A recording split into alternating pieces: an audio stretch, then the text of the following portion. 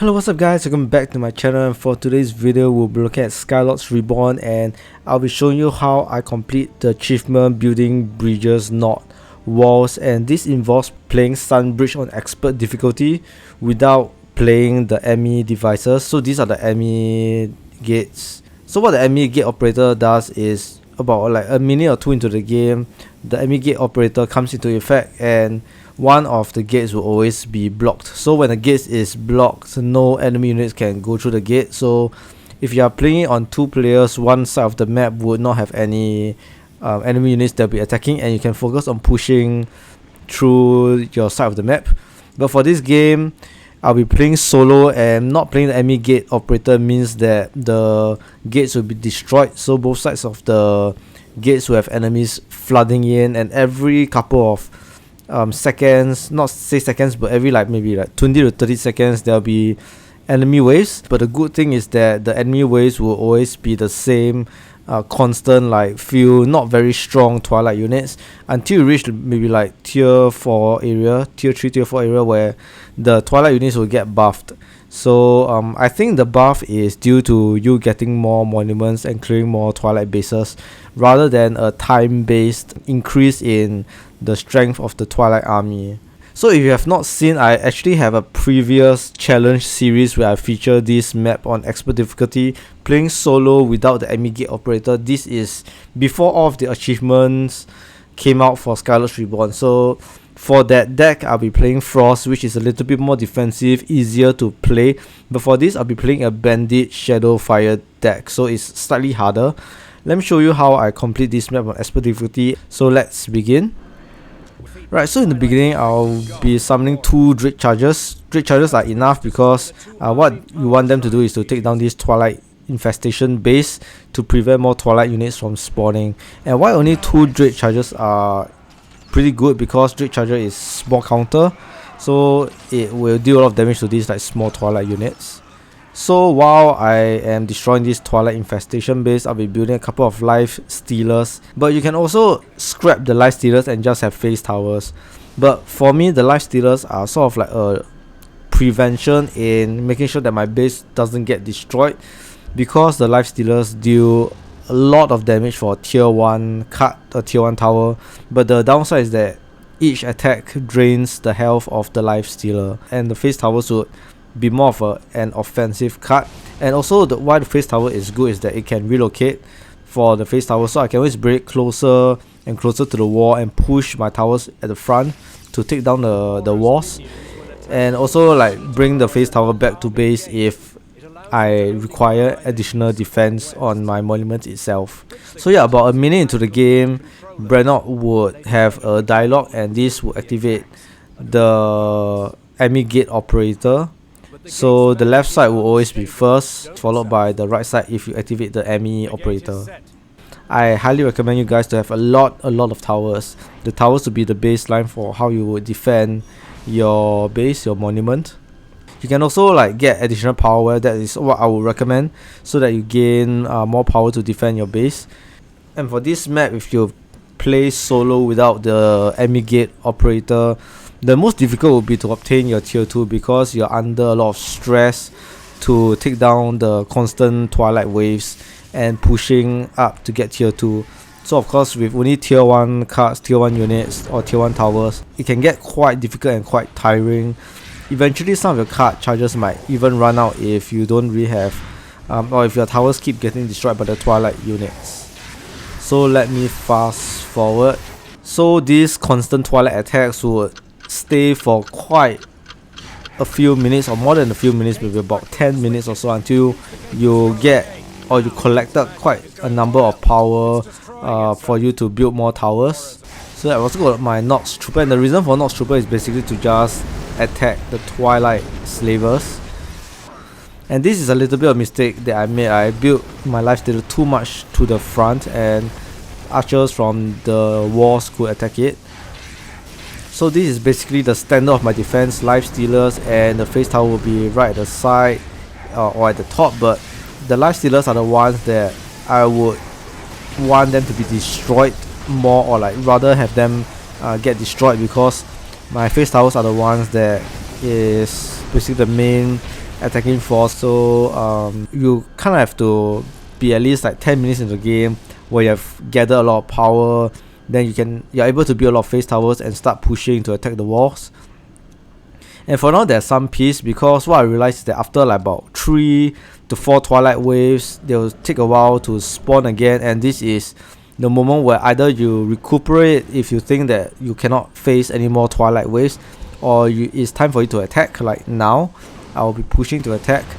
And what you can also do to see is that at the top left here, the gate, you can see, because there's no like fog of war, you can see when the twilight army is coming. And when you see that it's coming, make sure to prep your defenses accordingly, so that your phase towers will not be under this like relocation debuff, which means that the phase tower will be able to be dealt more damage than usual. So after you see the constant like twilight waves, the first twilight wave that's coming, you would expect that there will be a few more usually, but for this, it seems that there's only one twilight wave that's attacking. So that's a good break, and as you can see, about the 9-minute mark, I will get close to my tier 2. You just have to get rid of this small twilight army. So once you kind of secure your area, you know that your base is kind of secure when you build the walls. So make sure to quickly get tier 2 and build time vortex, because they are really strong towers that can take down the twilight army really quickly. 2 time vortex would do, and maybe like some phase towers, or if you have some Forsakens, you want to have some archers, you can put them on top of the wall. But generally 2 time vortex would be good, because I'm playing a bandit deck. As you can see, got bandit minefield, and the bandit minefield is really good at also protecting your defenses and enabling you to kill off more of the twilight units, or if you need any help destroying the twilight and army, bandit minefield is a really strong attacking card. As you can see, you can just cast outside of the range of enemy units and it will just go straight into the twilight army.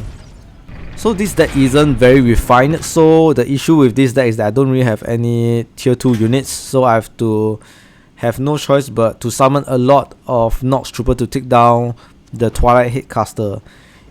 It will be a lot easier for you to have at least like one tier 2 unit, a tanky tier 2 unit, to destroy the Twilight Towers so they can get a third monument. Again, the move of the phase towers and attacking the Twilight Headcaster must be timely, because these Twilight waves can also attract stronger Twilight units from the next base down to attack you. So do take note of this and make sure that you plan your attacks in advance.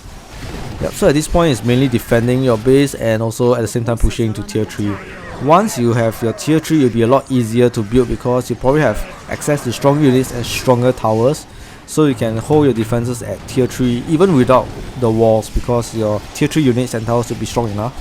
So yeah, as you can see, this is my army composition. I have a lot of Nox Troopers, Dread Charger to tank damage from the Headcaster, and Snap Jaws, the Red Affinity, so that the tower take 50% more damage from my units.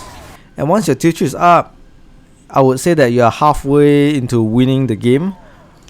The other halfway would be how you would have to maneuver some troops to take down the opposite amii Power Shrine.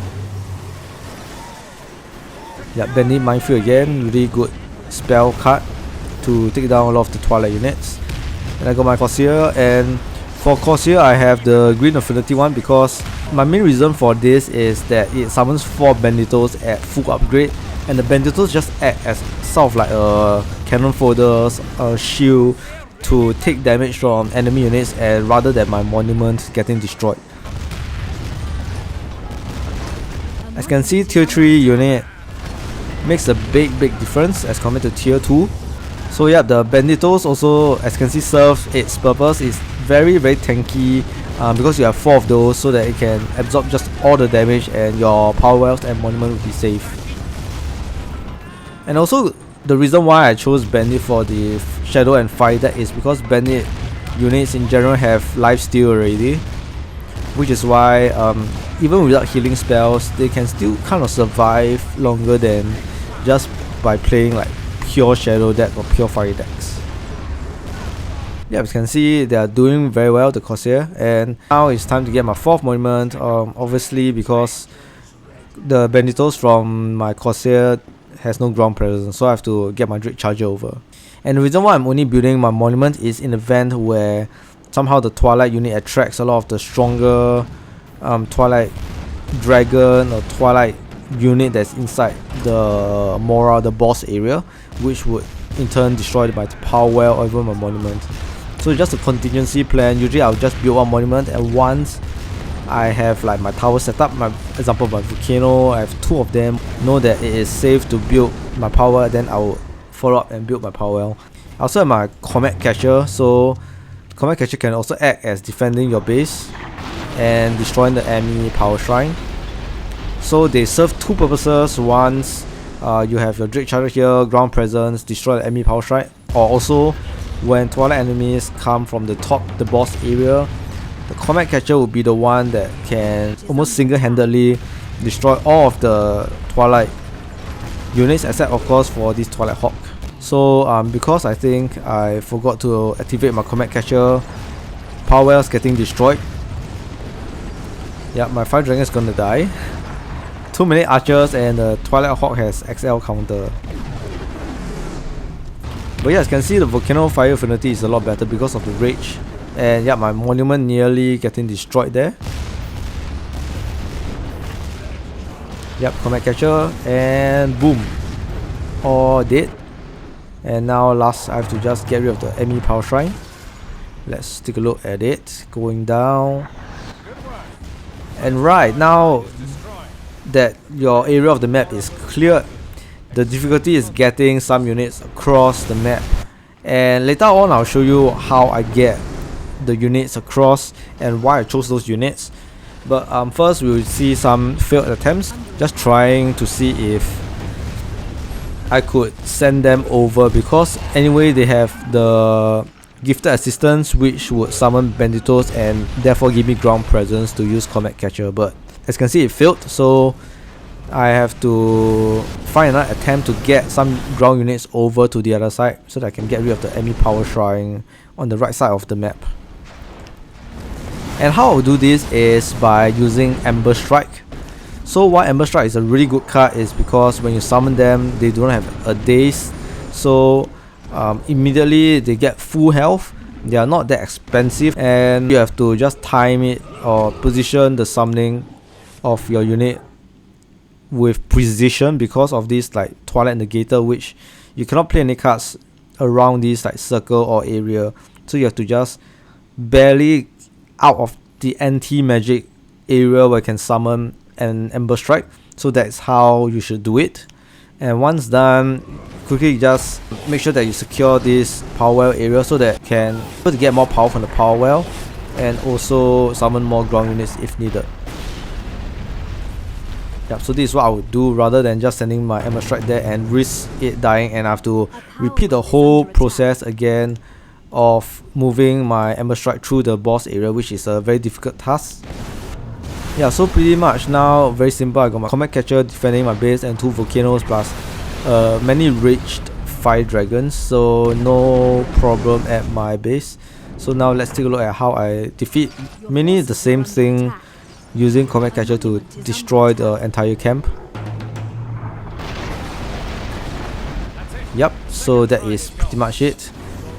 And the main attacking force for mine would be the Bloodhound with 5 dragons. So why this combination is because the Bloodhound is a very tanky ground unit which I need for ground presence to use my Comet Catcher. My Comet Catcher would hit 2 of the Twilight Tree Fiend and like the other 2 to make sure that all of the Twilight Tree Fiend would fall at the same time, which would bring Mora's shield down and that I'll be able to attack Mora. Now of course the 5 dragons have XL counter similar to Bloodhound, but 5 dragons with Rage is really strong, and you'll see that even though Mora has about 60,000 health, Mora would die very quickly. So as you can see, I got Bloodthirst, I got Unity, everything to increase the attack of my troops. And with this, it's really very easy to take down Mora, and you will win this Sunbridge on solo without using any enemy operating gates. And this is how I complete this map. If you enjoyed my video, don't forget to hit the subscribe button. And also lastly, I'm also hosting a giveaway which I will be giving out 20 general Skylords Reborn boosters to a lucky winner. So do also check out the link if you have not checked it out. This giveaway will end at the end of May 2025. So if you want to join the giveaway, do check out the video, and I'll see you guys again real soon for my next video.